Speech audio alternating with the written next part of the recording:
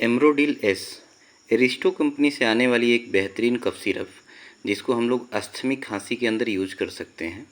Salt की अगर बात किया जाए तो इसके अंदर एम्ब्रोक्सिल हाइड्रोक्लोराइड एंड साल्बुटामॉल सिरप होता है।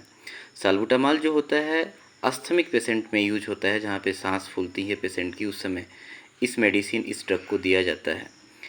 एम्ब्रोडिल एस के अंदर जो एम्ब्रोक्सिल का अगर फार्मूला देखा जाए तो 15 mg के अंदर एम्ब्रोक्सिल आता है और साल्बुटामॉल 1 mg होता है ईच 5 ml कंटेंट में।